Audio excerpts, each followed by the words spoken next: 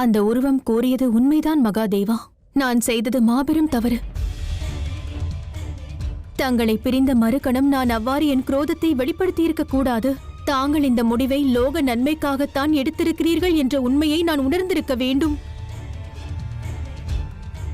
தாங்கள் ஒரு மாபெரும் உத்தேசத்திற்காக என்னை பிரிந்தீர்கள். ஆனால் நான் அதை உணரவில்லை. இயற்கையின் அன்னையாக இருந்தும் கூட நான் என் இயற்கையை அழிக்க தீர்மானித்தேன்.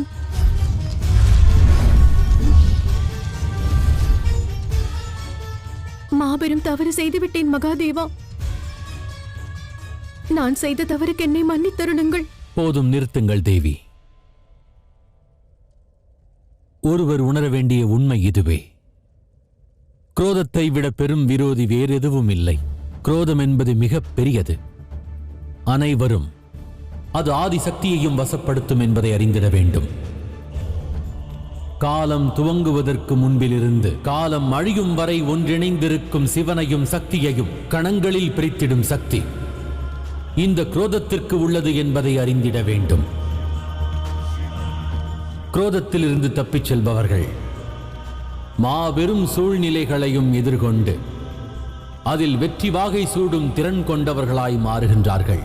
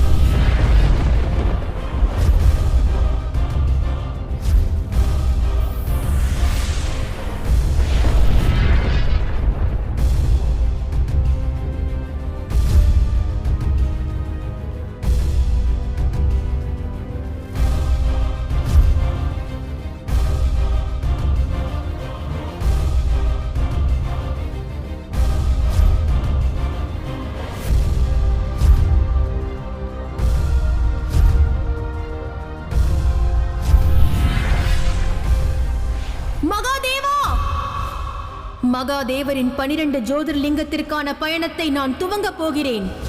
நான் தங்களிடமிருந்து தங்களையே கோரப் போகிறேன்.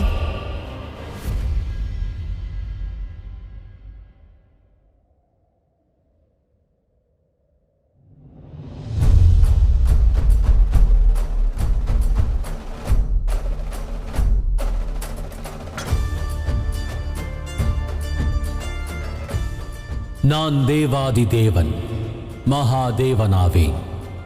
நானே என் சக்தியின் சிவனாவேன். எனக்கு விவாகம் நிகழ்ந்துள்ளது. பிள்ளைகளும் இருக்கின்றார்கள். எனக்கென்று கைலாயம் உள்ளது. கணங்களும் இருக்கிறார்கள். குடும்பமும் இருக்கிறது.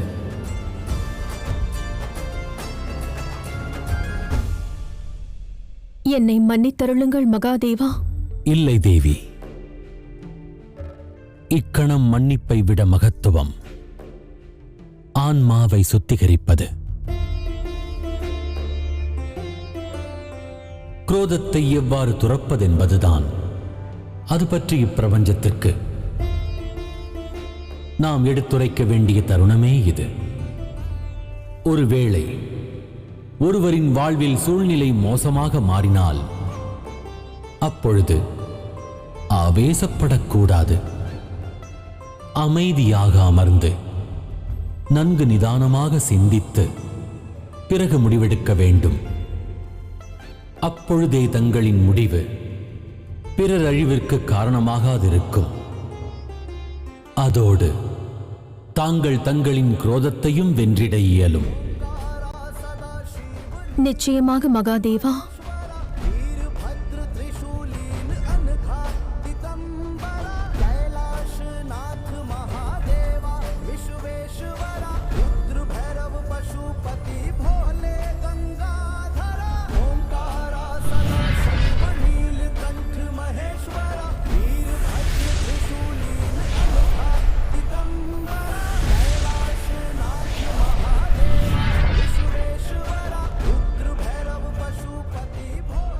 எனக்கு அனுமதி தாருங்கள் மகாதேவா. நான் இப்பொழுது திரியம்பகேஸ்வர ஜோதிர்லிங்கம் செல்கிறேன்.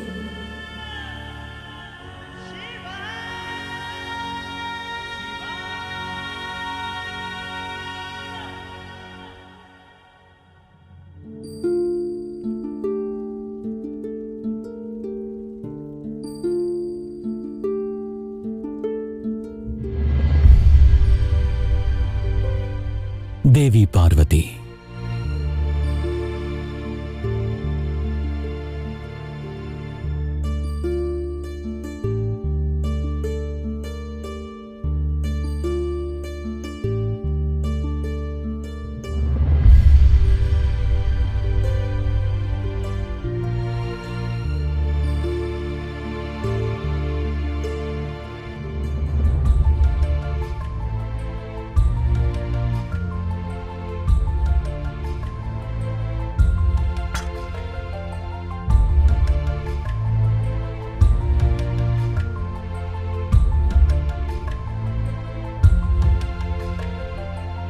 என்ன ஆயிற்று? ஏன் இவ்வாறு பார்க்கிறீர்கள்? ஏன் நான் என் மனைவியை அன்பாக பார்ப்பது குற்றமா?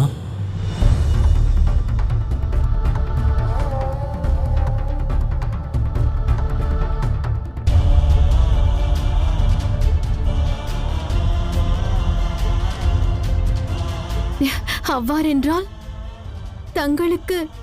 ஆம், எனக்கு நினைவுகள் வந்துவிட்டது.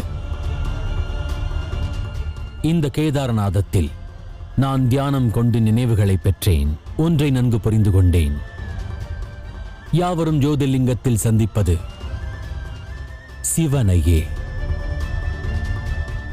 என்னையே. அதோடு தாங்கள் என் கணவர். தாங்கள் இவ்வாறு அன்பாக பேசுவதை கேட்டு என் மனம் பூரிப்படைந்து விட்டது. தாங்கள் அறிய மாட்டீர்கள், தங்களது நினைவுகள் மீண்டதால் நான் எந்த அளவிற்கு ஆனந்தம் கொள்கிறேன் என்று.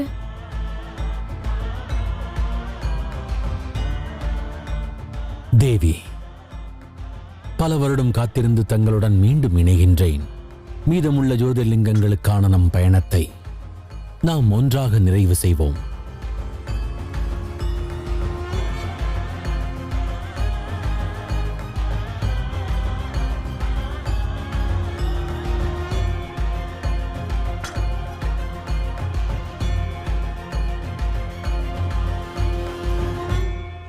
வாருங்கள்.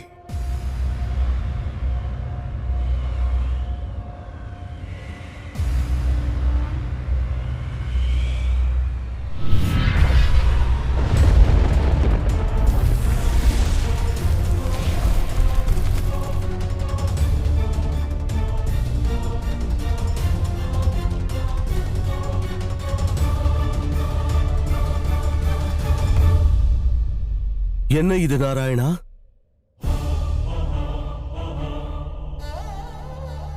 தேவி, தங்களது பயணம் முழுமை பெற்றிடவில்லை. தாங்கள் 12 ஜோதிர்லிங்கத்தின் பயணத்தையும் நிறைவு செய்த பிறகுதான் நாம் இருவரும் இணைந்திட இயலும். எனினும் இம்முறை நான் நிச்சயம் தங்களுக்கு உதவி செய்வேன். நாம் பிரிந்திருந்தாலும் சரி, திரியம்பகேஸ்வரத்திலிருந்து ராமேஸ்வரம் வரையிலான இந்த பயணத்தில் இருவரும் இணைந்தே பயணிப்போம்.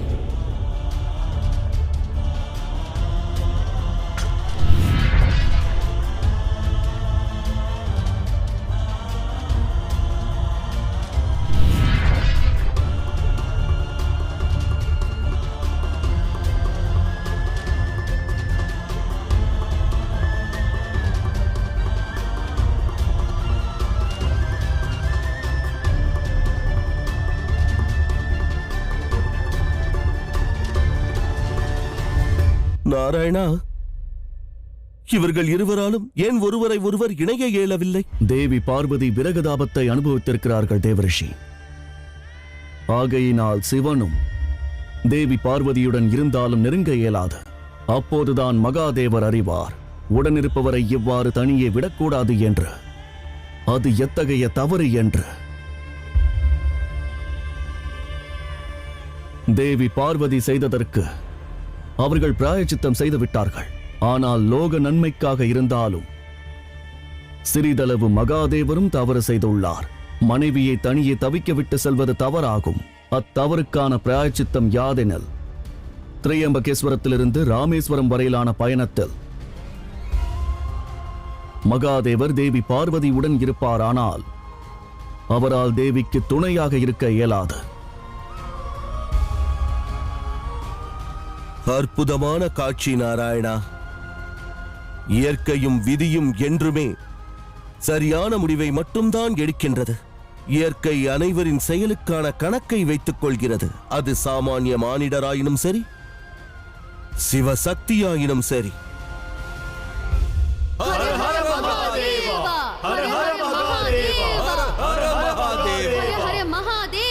செல்லுங்கள் தேவி பார்வதி. திரியம்பகேஸ்வர ஜோதிர்லிங்கத்திலிருந்து தாங்கள் ராமேஸ்வரத்தை சென்றடையும் பொழுது நாம் இருவரும் இணைவோம்.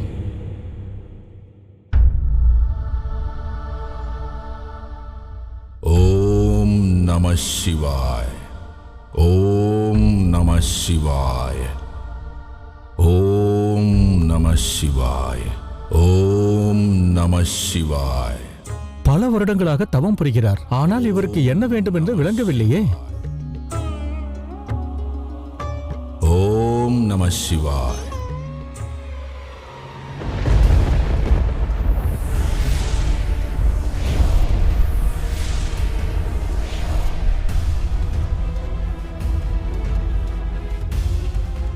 என்ன நடக்கிறது? திரியம்பகேஸ்வரம் எவ்வாறு செல்வோம்? ஓம் நம சிவாய். யார் இந்த மகரிஷி? இங்கு என்னதான் நடக்கிறது? இவர் கௌதம மகரிஷி. பல வருடங்களாக தவம் புரிகிறார். இவருக்கு என்ன வேண்டுமென்பது எவருக்கும் தெரியாது. ஆனால் எங்கள் பிரச்சனை யாதெனில், திரையம்பகேஸ்வரர் ஜோதிர்லிங்கம் செல்வதற்கான பாதை தடைப்பட்டுள்ளது. எங்களால் முன்னேற இயலவில்லை. நாங்கள் அனைவரும் மானிடர்கள். ஆகையால் இவருக்கு உதவ இயலவில்லை.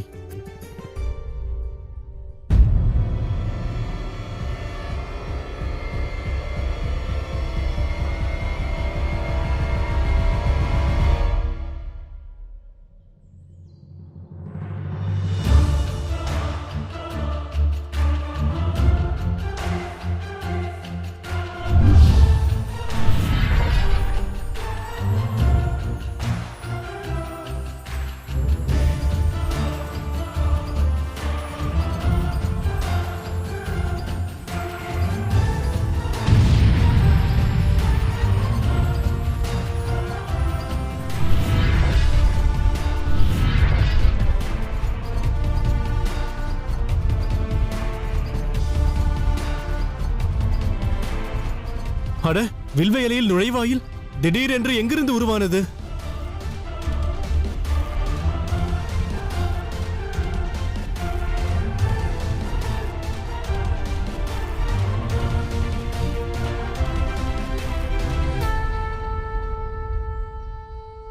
ஓம் நம சிவாய். கண் திறந்து பாருங்கள் கௌதமரே.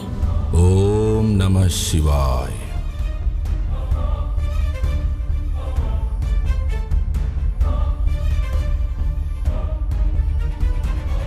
எழுந்திருங்கள் கௌதம ரிஷி.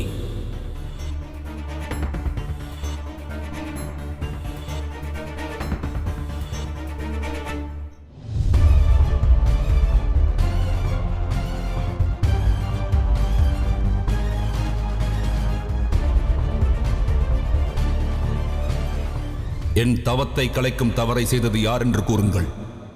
யாரது?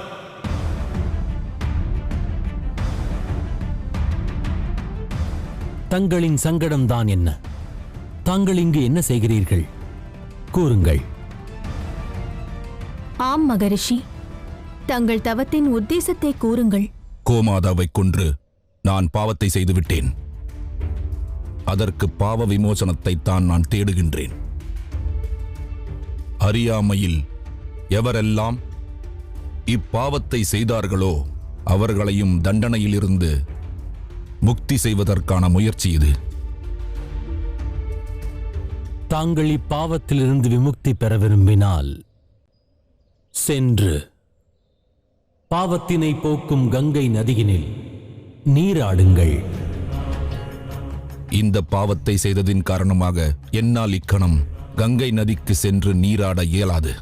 என்னால் மட்டுமல்ல, இப்பகுதியில் உள்ள ஏராளமானோர் கங்கை நதி வரை சென்று நீராட வாய்ப்பில்லை.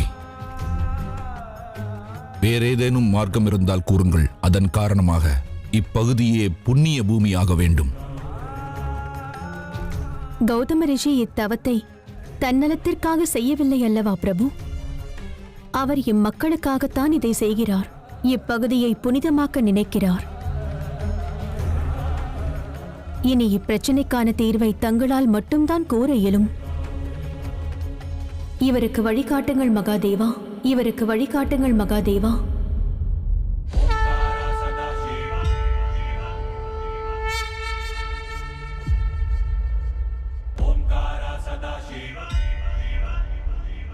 மகாதேவரா,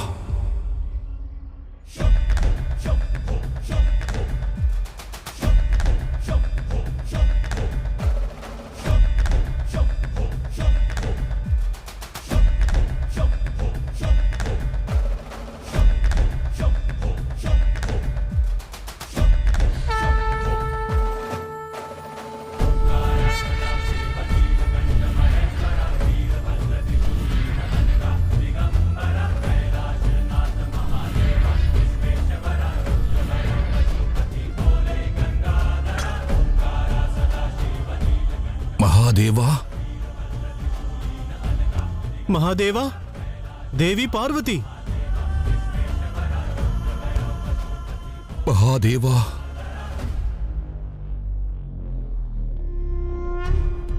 இன்று எங்களுக்கு மகாதேவரும் அன்னை பார்வதியும் தரிசனம் தந்துவிட்டார்கள். தன்யனானோம் பிரபு, நாங்கள் தன்யனானோம். எங்களுக்கு உதவி செய்யுங்கள் மகாதேவா. இப்பகுதியை புனிதப்படுத்துங்கள் மகாதேவா. எங்களுக்கு வழிகாட்டுங்கள். எழுங்கள் மகரிஷி. தங்களது தவத்தையும் தேவி பார்வதியின் வேண்டுகோளையும் என்னால் எவ்வாறு புறக்கணிக்க இயலும்?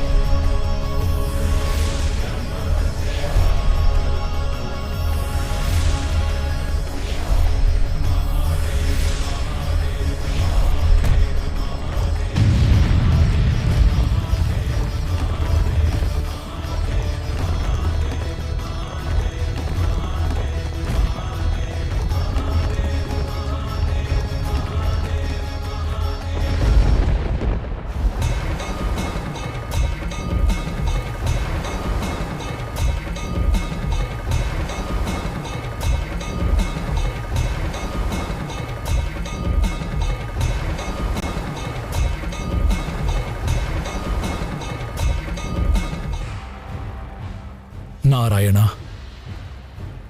அங்கு மகாதேவர் பிரம்மகிரி பர்வதத்தில் வில்வத்தை எறிந்தார். ஆனால் இங்கு கங்கை நதியில் பிரளயம் உண்டாகிறது. இச்சம்பவத்திற்கான தாத்பரியம் என்ன? பொறுமையாக இருங்கள் தேவேந்திரா.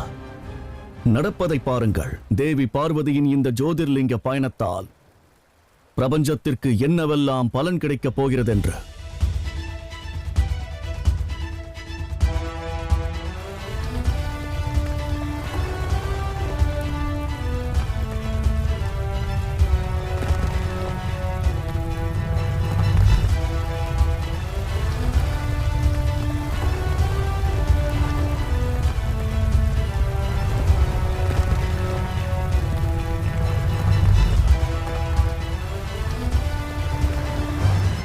பிரம்மகிரி பர்வதத்திலிருந்து உருவான இந்த நதி கங்கை நதியின் ஓர் ரூபம் மட்டுமே. இந்த அண்ட சராசரமும் இந்நதியினை கோதாவரி என்ற பெயர் கொண்டே அழைப்பார்கள். கோதாவரி என்ற பெயர் கொண்டே அழைப்பார்கள்.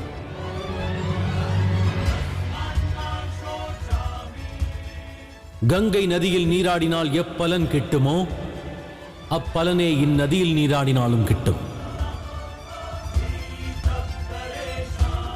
கௌதம மகரிஷியே, செல்லுங்கள். இப்புனித நதியில் நீராடுங்கள். தங்கள் பாவத்திற்கு பிராயச்சித்தம் பெற்றிடுங்கள்.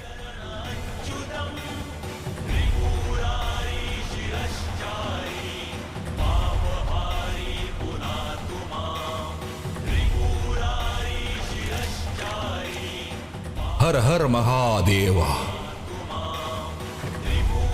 ஹர ஹர மகாதேவா, ஹர ஹர மகாதேவா.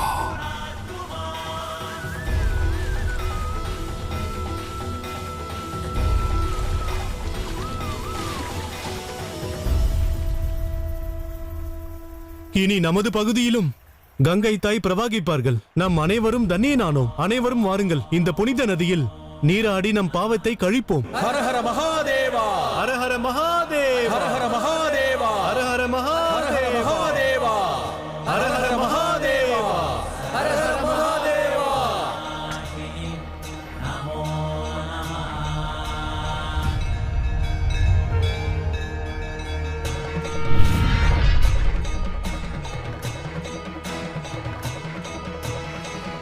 வாருங்கள் தேவி.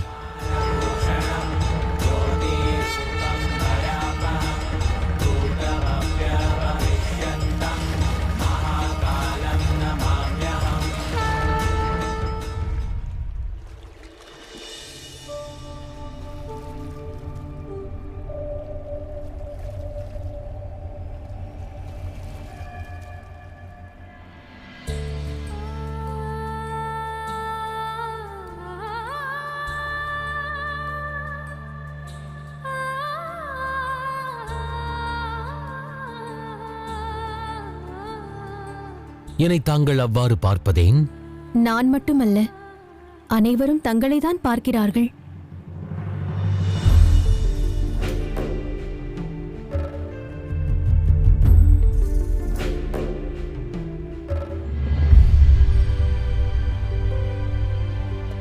நேர்ந்ததென்ன?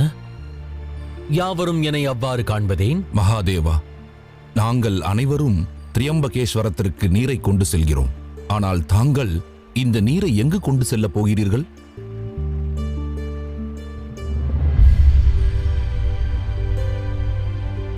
தாங்கள் இந்த நீரை தங்கள் மீதே அபிஷேகம் செய்வீர்களா? தங்கள் மனக்குழப்பத்தை என்னால் புரிந்து கொள்ள முடிகிறது. இத்தருணம் நான் இப்பிரபஞ்சத்தின் மகாதேவர் அல்ல. நான் எனது சக்தியின் சிவன் மட்டுமே. என் பத்தினிக்கு பதி மட்டுமே. பத்தினியானவள் அபிஷேகம் செய்திட நீர் கொண்டு சென்றால் பத்தினிக்கு சகாயம் புரிந்திடுவது பதியானவனின் தலையாய கடமை அல்லவா? அது மட்டுமல்ல, எப்பொழுது ஓர் பதியும் பத்தினியும் இணைந்து நற்காரியங்கள் செய்கின்றாரோ, தர்மத்தின் பயணத்தில் ஒன்றிணைந்து பயணிக்கின்றாரோ, அப்பொழுது அப்பயணத்தின் பலன் அவர்களுக்கு முழுமையாக கிடைக்கும். என் துணைவி நற்காரியங்கள் புரிந்திட எண்ணுகிறார்கள். அவர்களுக்கு இப்பயணத்தின் முழு பலன் கிட்ட வேண்டும் அல்லவா? எனவேதான் இவர்களின் பயணத்தில் நானும் ஒரு அங்கமாக விளங்குகிறேன்.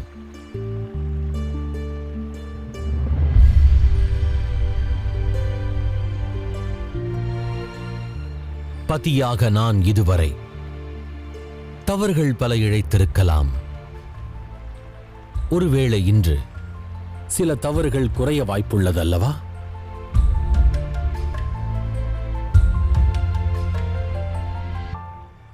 செல்வோமா தேவி?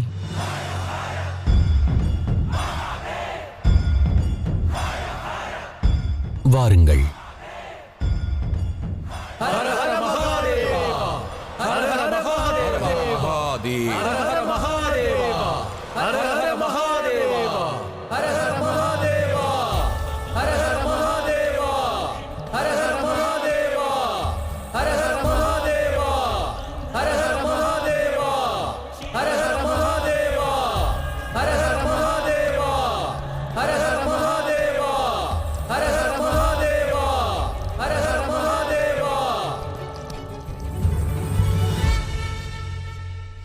ஹர மகாதேவா ஹர ஹர மகாதேவா ஹர ஹர மகாதேவா ஹர ஹர மகாதேவா ஹர ஹர மகாதேவா ஹர ஹர மகாதேவா ஹர ஹர மகா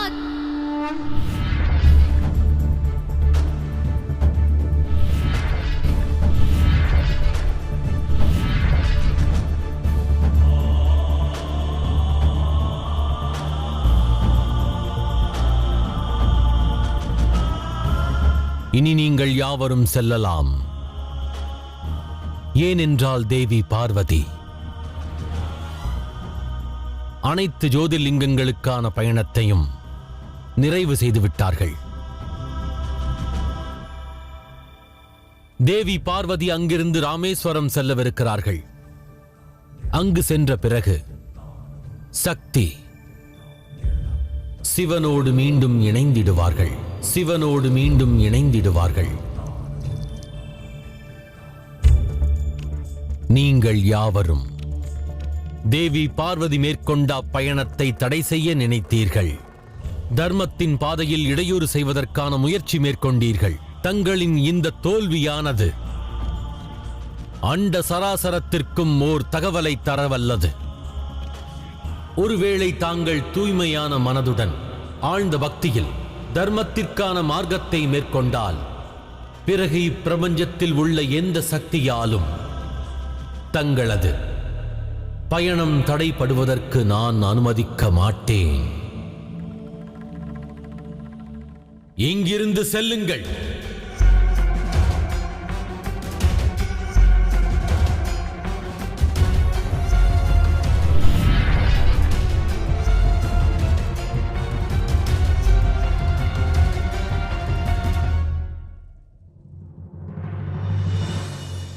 வாருங்கள் மகாதேவா, நாம் அடுத்த ஜோதிர்லிங்கமான ராமேஸ்வரம் புறப்படுவோம். அதற்கு பிறகு நான் தங்களை முழுவதுமாக அடைந்து விடுவேன். வாருங்கள்.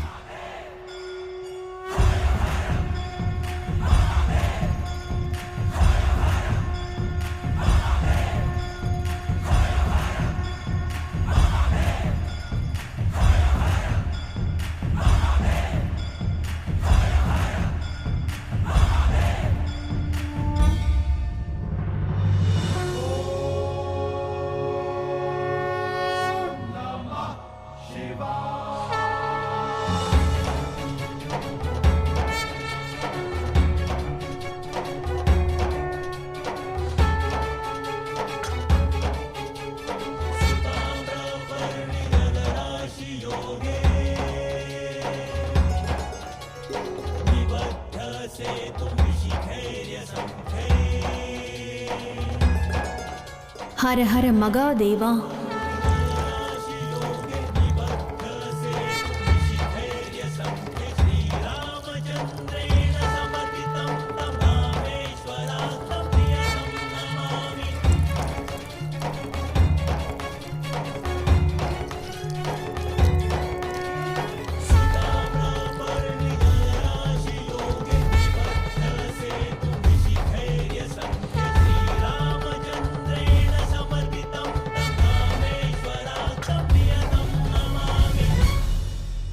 நன்றி மகாதேவா.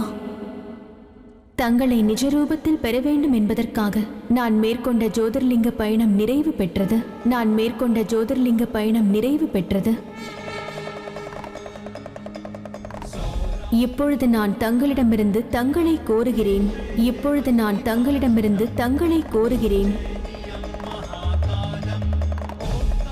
நான் அறிவேன், தாங்கள் லோக நன்மைக்காக 12 ஜோதிர்லிங்கத்தில் வியாபித்திருக்கிறீர்கள். ஆனால் இப்பொழுது தாங்கள் ஜோதிர்லிங்கங்களில் இருந்து ஒரு ரூபத்தை எடுத்து என்னுடன் வர வேண்டும். அப்பொழுதுதான் பிரபஞ்சத்திற்கு மகாதேவரும் இந்த சக்திக்கு அவளது சிவனும் கிடைக்க வாய்ப்புள்ளது.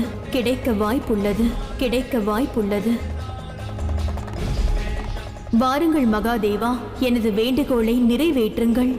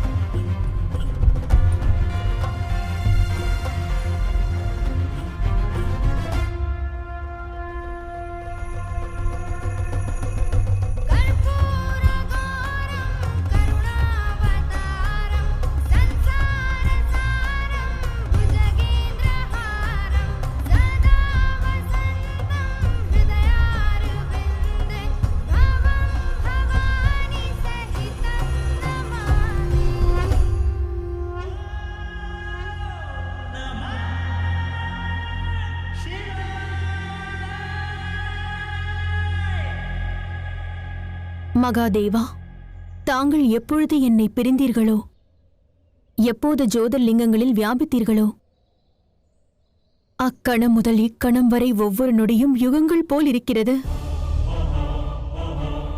வந்துவிடுங்கள் மகாதேவா, இனியும் எதற்கு தாமதம்?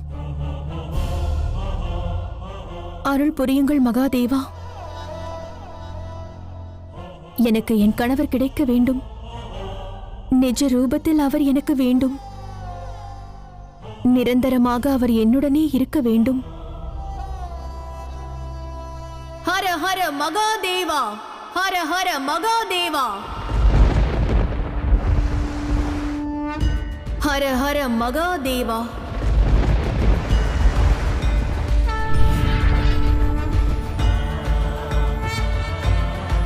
ஹர ஹர மகாதேவா, ஹர ஹர மகாதேவா. பிரபஞ்சத்தோர் தயாராக இருங்கள். சிவசக்தி இணைய போகிறார்கள். தேவி பார்வதி பெறவிருக்கும் வரத்தை காண ஜோதிர்லிங்கத்தின் இந்த பயணத்தின் பலனை உணர்வதற்கான தருணம் வந்துவிட்டது.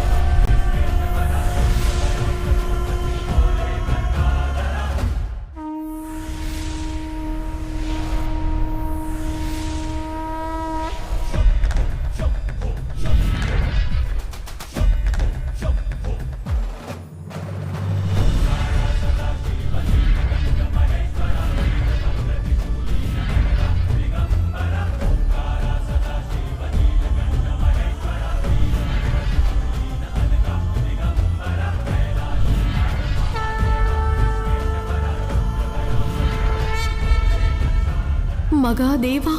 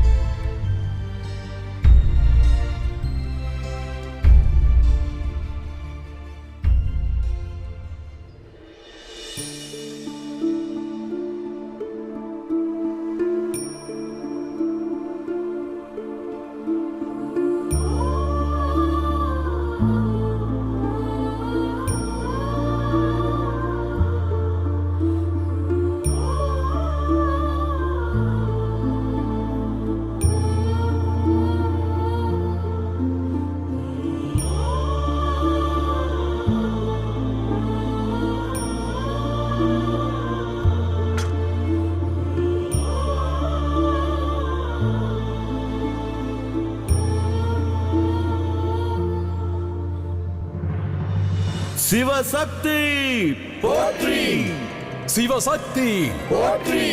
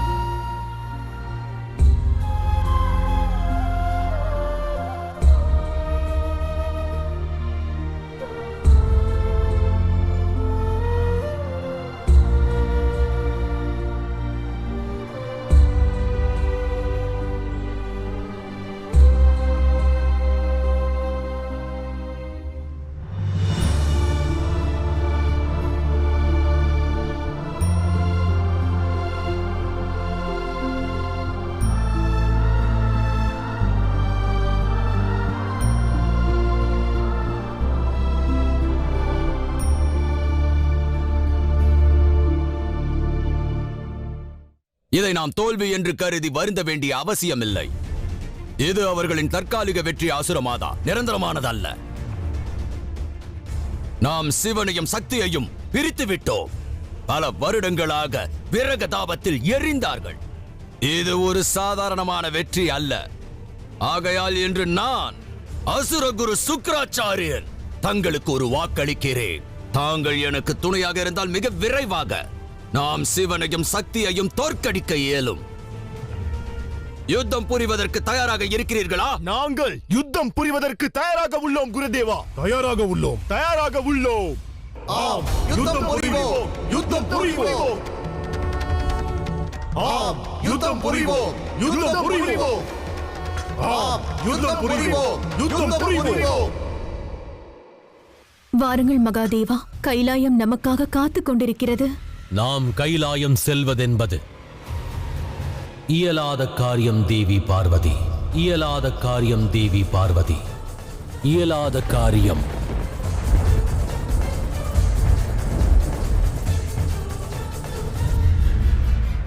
அவ்வாறென்றால் தாங்கள்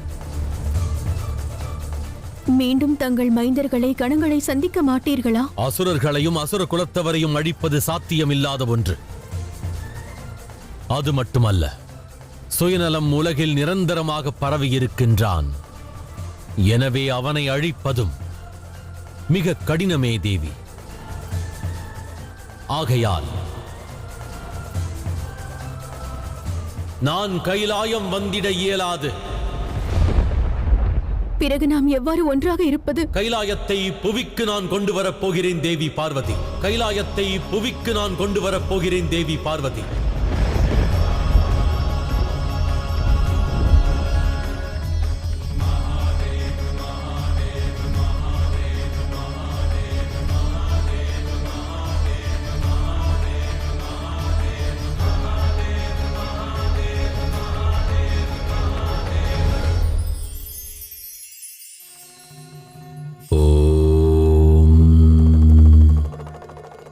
சூரியன் உதயமாகி அஸ்தமிக்கும் வரை, வாழ்வில் துவக்கம் முதல் முடிவு வரை, பர்வதத்தின் உச்சம் முதல் சமுத்திரத்தின் ஆழி வரை இப்புவியானது சுழல்வது போல் பிரபஞ்சத்தில் பல உண்மைகள் இருக்கின்றன.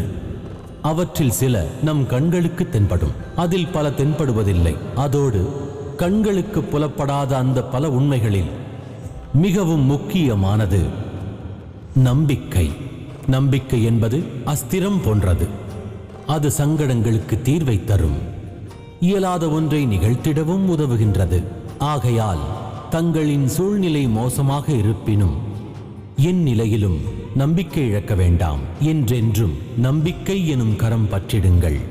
வாழ்க்கை வெற்றிகரமாக மாறிவிடும்.